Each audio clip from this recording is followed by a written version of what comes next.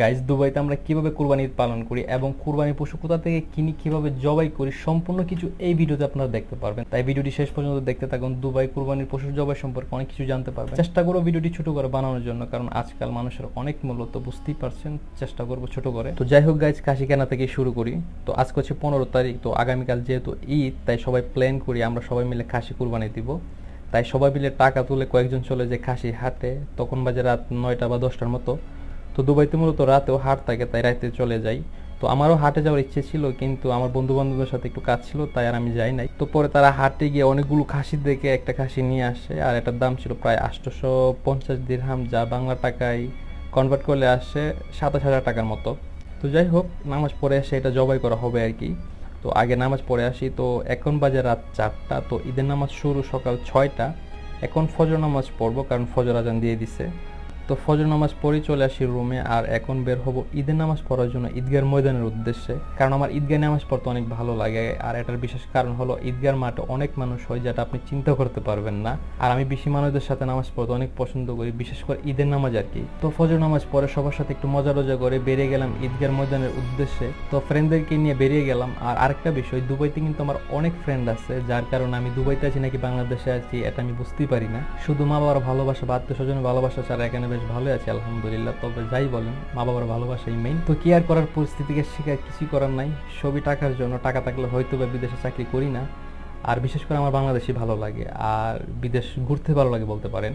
সমস্যা নাই, ফিউচারে বিজনেস করার প্ল্যান আছে, চিন্তা এখন থেকে না, ছোট থেকেই, কিন্তু টাকার জন্য করতে পারি না। তবে ইনশাল্লাহ খুব শীঘ্রই শুরু করব। তো যাই হোক, যেটা বলছিলাম আর কি, দুবাইতে অনেক ফ্রেন্ড আছে আমার, তবে আজকে তারা সবাই আসে নাই, কারণ আজকে তারা একটু বিজি বেশি, তো এই জন্য আর কি। তো এর আগে ঈদে তাদের সবাইকে নিয়ে নামাজ পড়ছিলাম, দেখেন ভাই কি অবস্থা, মানে হাঁটা যাচ্ছে না, এত ভিড়, সামনে তো আরো ভিড়, মানে জায়গা পাবো কিনা সেটাই ভাবছি। পেয়ে যাবো আশা করি, কারণ প্রতিটা ঈদে এরকম হয়, জায়গা পাওয়া যায় না, অনেকক্ষণ খুঁজে বসার জায়গা বের করতে হয়। গাইস, একটা মজার ব্যাপার বলি, সামনে যারা বসে আছে তারা কিন্তু ফজরের নামাজ পড়ার পরে সেখানেই বসে থাকে। ঈদের নামাজ যখন শেষ হয় তখন সেখান থেকে তারা বের হয়, মানে তারা রাত 4টা 4:30টার সময় এখানে চলে আসে। আর আরেকটা বিষয়, দুবাইতে কিন্তু বেশিরভাগ মানুষই রাতে না ঘুমিয়ে সকালে ঈদের নামাজ পড়ে, পশু জবাই করে, রান্না বান্না করে, খাওয়া দাওয়া করে, তারপরে তো ঘুমায়। তো বুঝতে পারছেন। তো যাই হোক, অনেক খোঁজার পরে জায়গা পেয়ে যায় এবং বিছানা করে বসে পড়ি। তবে আজকের আকাশটা আমার কাছে অনেক ভালো লাগছিল, কারণ অনেক সুন্দর ছিল। আর মানুষ দেখেন ভাই কি একটা অবস্থা, মানে এত মানুষ, রাস্তাঘাটে যেখানেই জায়গা পাই সেখানেই বসে যায় নামাজ পড়ার জন্য, কারণ জায়গা অনেক শর্ট, বুঝতে পারছেন। আরেকটা বিষয়, এই সময় কিন্তু গাড়ি চলাচল করতে পারে না, কারণ মানুষ রাস্তা ব্লক করে ফেলে নামাজ পড়ার জন্য। যদিও বা ঈদগার মাঠ অনেক বড়, কিন্তু তারপরও মানুষের জায়গা হয় না। ঈদগার মাঠে যত মানুষ হয় তার থেকে 3 ডাবল মানুষ শুধু রাস্তাঘাটে বসে নামাজ পড়ে, আবার চিন্তা করেন কত মানুষ হয়। তো কিছুক্ষণ খুতবা শোনার পর ইমাম সাহেব নামাজ পড়ায়, আর নামাজ শেষে ফ্রেন্ডদের সাথে একটু কুলাকুলি করে এরপর ড্যাং ড্যাং করতে করতে বাসার উদ্দেশ্যে হাঁটতে থাকি। কিন্তু পুরনো অভ্যেস, তাই সবার সাথে কিছু ছবি তুললাম। তো এরপর মজা করতে করতে বাসায় চলে আসি, এসে কাপড় টাপড় চেঞ্জ করে ফেলি, কারণ এখন খাসি জবাই করব। আমি করবো না, করবো অন্য কেউ আর কি। আরেকটা জিনিস গাইস, আমার কাছে কেন জানি কুরবানি পশুদের জন্য অনেক মায়া হয়।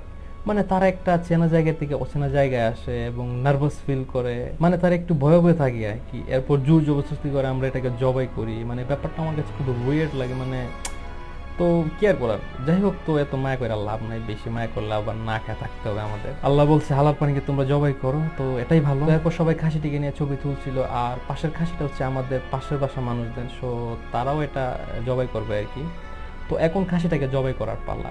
তো একজন খাসিটা রশি ধরে টানছিল, কিন্তু খাসিটা যেতে চাচ্ছিল না। পরে তারেক ভাই এসে খাসিটার মাথা ধরে টানতে টানতে নিয়ে যায়, যেটা অনেক ফানি ছিল। তবে একটু খারাপও লাগছিল আমার, কারণ একটু পরে তো এটাকে জবাই করে ফেলবো, তো একটু আদর করে না হয় করা হয়, তাই না? তো এরপর 3-4 জন মিলে এটাকে জবাই করে ফেলে। আর গাইস, ভিডিওটি দিচ্ছি না, কারণ ইউটিউবে একটু পলিসি আছে যে মানে সব রক্ত রক্ত ভিডিও দেওয়া যাবে না, যদি দেই তাহলে আবার আমার চ্যানেলটারে উড়াই দিতে পারে। তো এরপর খাসিটাকে বারান্দায় নিয়ে যায় চামড়া সরানোর জন্য, চামড়া সরানো হলে রুমে নিয়ে এটা কাটবে আর কি। তো এখন অনেকে বলবেন ভাই রুমে কেন, বা মানে কিচেনে কেন? তো ভাই দেখেন, এটা হচ্ছে বাংলাদেশ না, এটা হচ্ছে দুবাই। তো দুবাই গভর্নমেন্ট মূলত নিষেধ করেছে রাস্তাঘাটে পশু জবাই না করতে। এখানে বাংলাদেশের মতো আপনি যেখানে খুশি সেখানে জবাই করতে পারবেন না, যদি করেন তাহলে আপনাকে ফাইন দিবে, মানে জরিমানা করবে আর কি। তবে আপনি আপনার বাড়িতে পশু জবাই করতে পারেন, মানে যেসব বাড়ির চারদিক দিয়ে দেওয়াল রয়েছে সেসব বাড়িতে আর কি। আর আরেকটা ব্যবস্থা আছে, সেটা হচ্ছে যে যেখান থেকে আপনি খাসি নিয়ে আসেন সেখানে আপনি জবাই করার ব্যবস্থা আছে, ওইখানে আপনি মেশিন দিয়ে জবাই করতে পারেন, যেটা অনেক ইজি। আর মূল কত হচ্ছে, এখানে কয়জনে ভাই কুরবানি দেয়, সবাই সব থেকে মাংস কিনে নিয়ে আসে, কেউ এত ঝামেলা চায় না, না বউ আছে, না মা আছে, না কেউই আছে, সবকিছু নিজেরাই করতে হয়। এজন্য মাংস কিনে নিয়ে আসে যাতে কোনো ঝামেলা টামেলা না হয়। তো যাই হোক, এরপর কয়েকজন খাসির চামড়া সরিয়ে রুমে নিয়ে আসে কাটার জন্য, আর এদিকে কয়েকজন আদা রসুন পেঁয়াজ কাটছিল, কারণ বাবুর শীতের ছুটিতে, তাই 2-3 দিন আমাদের মিলেমিশে রান্না করতে হবে, যেহেতু বাবুর্চি নাই। আর আমাদের সবাই রান্না বান্না কিন্তু বাবুর্চি করে থাকে, কারণ অফিস থেকে আসার পরে সবাই ক্লান্ত থাকে, আর ক্লান্ত শরীরে কেউ রান্না বান্না করতে চায় না, বিশেষ করে আমি তো আলু ভর্তা ডিম সিদ্ধ ছাড়া কিছুই করতে পারি না, ভাতও রান্না করতে পারি। তো বাবুর্চি মূলত রান্না করে, আর এর জন্য তাকে মাসে মাসে সবাই মিলে টাকা দিয়ে দেই। তো যাই হোক গাইস, রান্না বান্না হয়ে গেছে, খাওয়া দাওয়া হয়ে গেছে, এখন আমি ঘুমাবো। আর আপনারা এই ফাঁকে চ্যানেলটা সাবস্ক্রাইব করতে পারেন। আজকের মতো গেলাম, বাই বাই।